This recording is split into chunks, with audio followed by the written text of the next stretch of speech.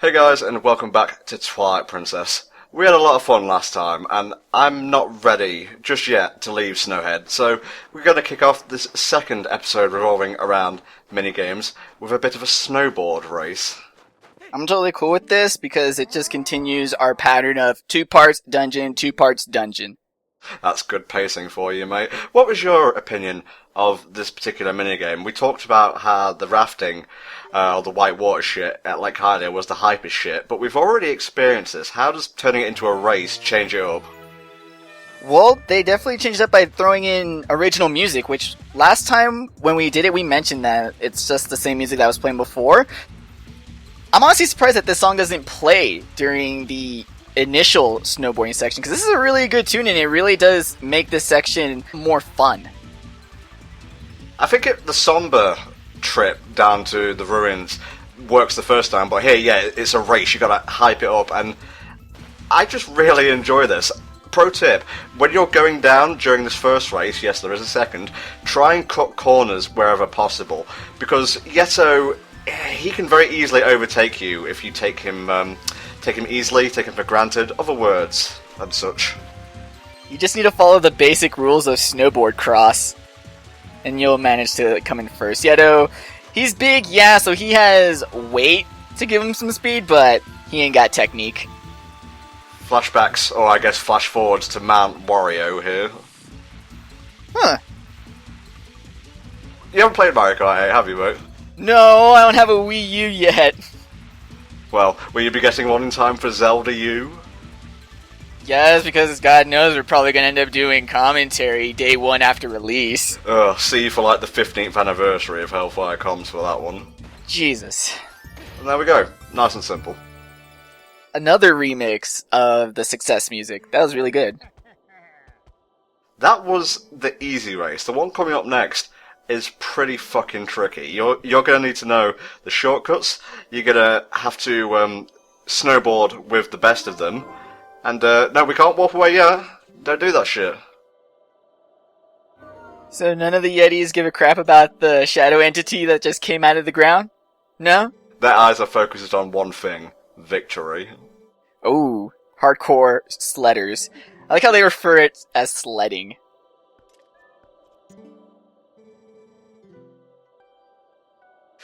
Okay, let me go find a corner I could walk around, or I could just do a crossfade, I guess. That works as well.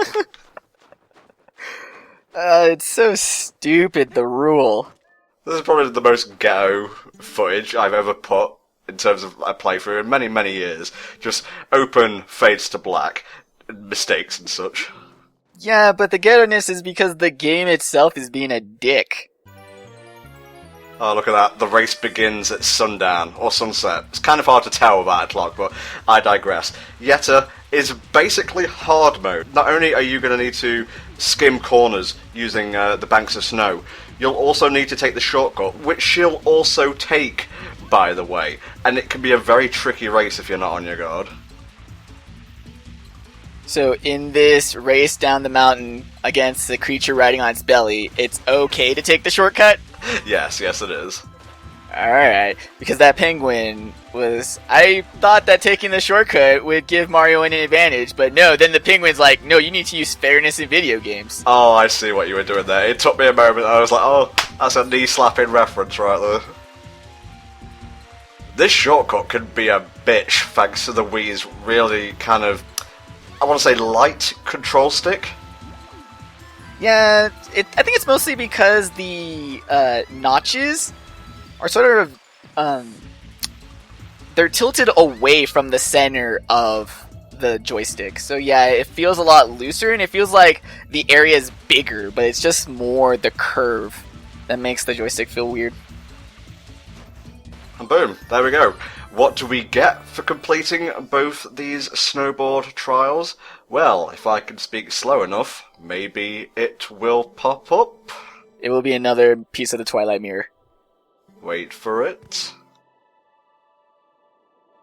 That's a minigame. What do you think it was going to be? A new dungeon item? Well, just because it's a minigame doesn't necessarily imply that you're going to get a piece of heart. They could also give you money. So, she wants us to come back and race, and she doesn't want us to tell her husband. Then you best not be challenging us to races when he's like 2 inches away from you. What did wife say? Oh, no, let's not have to deal with Yeti marriage counseling, please. Do you think that the sledding minigame could have been a bit better if they had like an entirely different course for maybe even just the Yeta race? Let me just move this mountain aside. Boom, it's a new course. Well, it could have been like, hey, there's actually a back road, you know, going down the backside of a mountain, which is more difficult than going down the established side. No, just warp in those shadow beasts to, like, move back and forth, kind of like spinners, and you gotta dodge them. Why can't you snowboard on the spinner? That'd be great. He's really excited, apparently. Everyone wants to get in on this minigame economy when even the birds are running their own game shop things. Alright. Fruit is worth points. Points go into prizes. Got it. Points usually tend to go into win or prize as the established method. Heart piece. No, Tom. Piece of the Twilight Mirror. We all know that the bird has it. He's hiding that shit under his tail feathers. It's like the pro strat that no one ever thought about. It's like, shit, you can complete the game just by doing a few simple mini-games. Problem solved. It's just one of those things that took fucking forever to people to figure out, you know, kind of like plugging the second controller in Duck Hunt, and then now you can control the duck. Or that one Easter egg in, I think it was Arkham Asylum, where you have to put the explosive gel on the wall in the very precise way, and then it explodes, and you find a hidden office.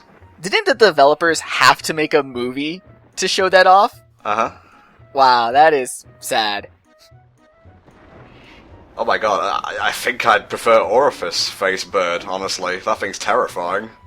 What? It's just a naked turkey thing.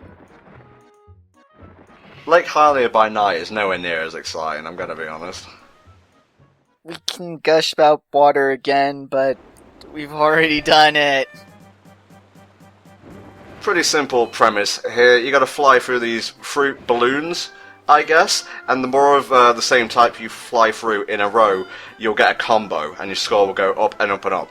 Pro tip, when the strawberries start to appear, go for them and nothing else. Don't hit any other fruits besides strawberries, and you'll pass the 10,000 mark quite easily. I'm gonna have to, like, stop this right here, because I appear to have dropped some serious acid. Because, really? A bird thingy getting giant fruit in the sky. What? This is how they assemble fruit in Hyrule, actually. I can understand if you want to have a minigame around the bird controls, but why are we getting giant magical floating fruit balloon? What? Mate, we travel via shadow particles. Is this so out of the realms of impossibility? The shadow particles come from Midna's, like, Twilight magic ancestry bullcrap thing. What is a floating watermelon? I don't even know. See, we've passed it already. I think we can go for, 50,000 or so? 50,000 in one bob. Or Drew. Yeah, Drew Carey hosts the prices right now. Oh, this music is so twee, I can't stand it. All the minigame music has been pretty good. I mean, like we said, the game itself is so somber and serious and trying to be dark that you can definitely tell that the minigames are here to lighten the mood and are to just get your mind off your quest. And there we go. Oh, it didn't end with you flying into Kingdom Hearts. Who's to say this isn't Kingdom Hearts 3, mate? Had a bit of a graphical downgrade, it's cool. I don't buy it until I hear my J-pop intro.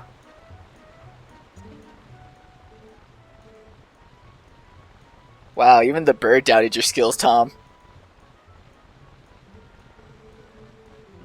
Baka! Oh, that is a wonderful bit of music right there. 5 pieces of heart, it's still way out of the norm for a Zelda game. It's weird, isn't it? It's like 5 is not really a very satisfying number, like, psychologically. Well, with 4, you can say I got a quarter heart or whatever, and you can even have quarter hearts of health. When you have 5, it's like, oh, I got a fifth of a heart, and you can't even divide your actual health into fifths. There's a few minigames we can check out here. I wonder if we're actually going to get a visit from the postman, though. It's been a while since we've seen him. If we were, it wouldn't have been necessary to change back into human. He would have stopped time for us, give us time to transform, and then all would have been okay. That's true. Oh, now I'm going to retroactively edit this out in post.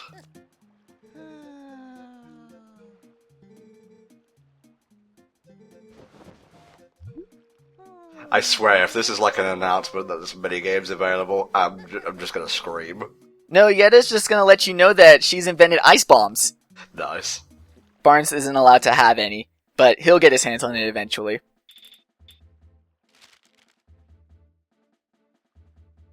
Well, I guess I kinda did that out of order. Sequence broke, if you will. Yeah, we'll give it to you. But if we could just get to Castle in the Sky right now, then I'd be impressed. Oh, I think you mean City in the Sky, mate. Oh, I'm thinking of Chrono Trigger. Never mind. No, I've avoided this area, like, until now, because I thought you needed the upgrade to the claw shot, and yes, that's kind of a spoiler, but whatever, we'll get to it eventually. But no, you can do it with a single one, you just have to be quick and quite on the ball. Speaking of being on the ball.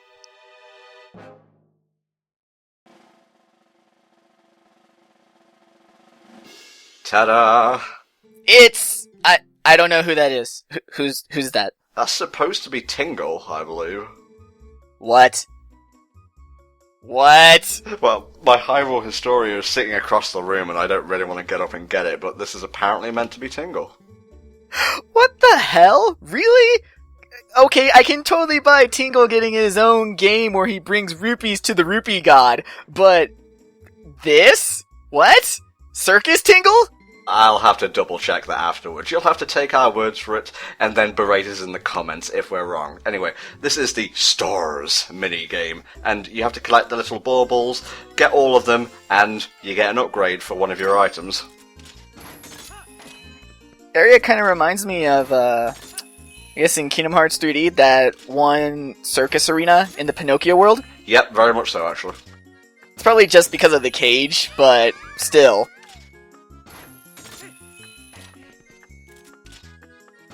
There's our fangirls waiting for Link out there, and they will adore you should you win the Stars minigame. Can you talk to them during the minigame? Yeah, and I imagine the timer would still go down, just to dick you over that little bit more. Oh, definitely. I mean, you're just stroking your ego at that point.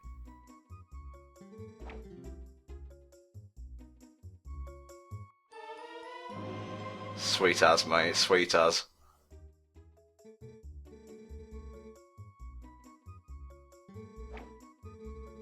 Do you know what you get if you played again? The next quiver upgrade, I believe. Nice.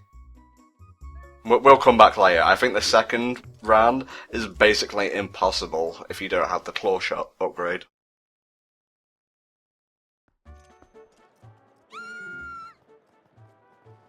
Okay, Nintendo, I'm gonna have to level with you here. Was it really necessary to make Link Senpai? Did this need to happen? I'd also like to point out that those girls, red, green, blue, No. No! the goddesses are literally fangasming over Link. No. God, no. Link Senpai, you can't be this way. You cannot get the ending where you end up hooking up with the alien girl and then your super dating school blows up. I've kind of forgotten what we have to do next. Obviously, we're heading towards Telma's bar, so I guess she'll give us the lowdown. Definitely one of the Resistance members is gonna have problems, and we're gonna fix it. Kind of the way we're going at this point in the game. Yeah, it's to justify it. Even though the sages told us the location of all the mirrors, they also threw in this parallel: each Resistance member is conveniently looking within the area of the next Mirror of Twilight.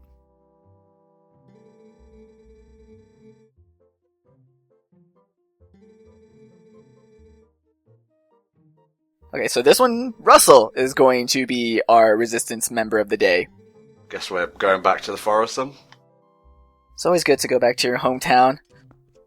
Unless you're successful, because then you go back, and then you're embarrassed, and you don't want to make eye contact with anyone. And you're like, oh god, don't recognize me! Or if it's an RPG and it's been razed to the ground.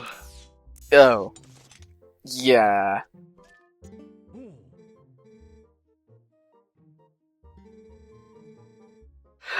I guess you could say that. This right here is a translations difference between the English and Japanese versions of the game. In the Japanese, Arur, or I think that's how you pronounce his name, Arur, he's Zelda's tutor, and he brings it up front. But in the English, like he just said, the sages are Zelda's tutor. Huh. Yeah, I don't know, I guess having the sages be tutors draws a Link to the Past reference? Maybe? Really? Those spirit things? No. I was going to say it'd be really weird, like one of them saying, "That's good, top marks on your history homework." I think there's one last thing we gotta do here. Go see Mr. Golden Wolfie. Yeah, and he's so far off the beaten path this time around. It's convenient I'm already dead since I materialised in a graveyard. He's technically everywhere. He's all across Hyrule. He lives in you. He lives in you. Da, da, da, da. You know that was originally a Broadway song, and it got put into Lion King 2? Really? Uh-huh. I mean, I was trying to reference said song, but I didn't know that. It's a fucking legit song, mate. It never leaves my mind, ever. Right, well, what's this now? 6th verse, same as the first? Yes. It's like a dubstep song. It never ends and it never changes. You'd think that'd be weird for a Nintendo song, but buoy-based Galaxy turned out pretty well. Nice. It's also fitting that we're in a graveyard. If there's but a few, just teach them all to me right now. Let's get this over with.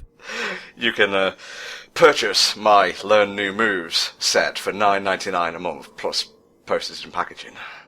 You can get all of the Hero Shade's extra moves by going onto the Wii U eShop. Just get them in a bundle, that's $9.99. Buy both bundles and you can get 8 different colours of Link, free of charge. You can get a Link to the Past Link in your Twilight Princess. I gotta say though, the alt costumes and whatnot in Smash 4, not all of them are great, but putting stuff like Fierce Deity Link, minus the sword, sadly, and I think it's either a Link Between Worlds or a Link to the Past colour scheme for Toon Link, that was pretty sick. Yeah, Brawl Toon Link had...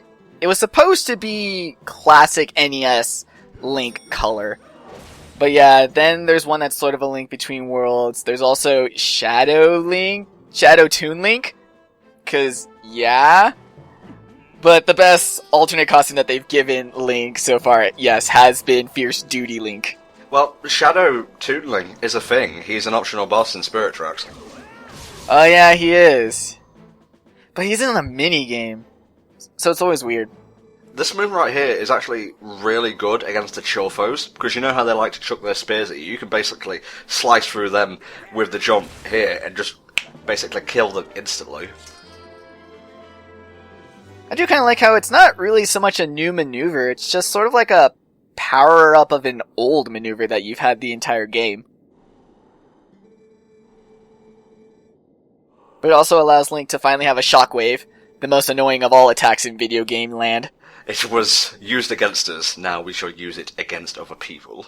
We shall use it against everything. We will ravage the land of Hyrule with shockwaves. Alright, I guess it's time to go see Russell.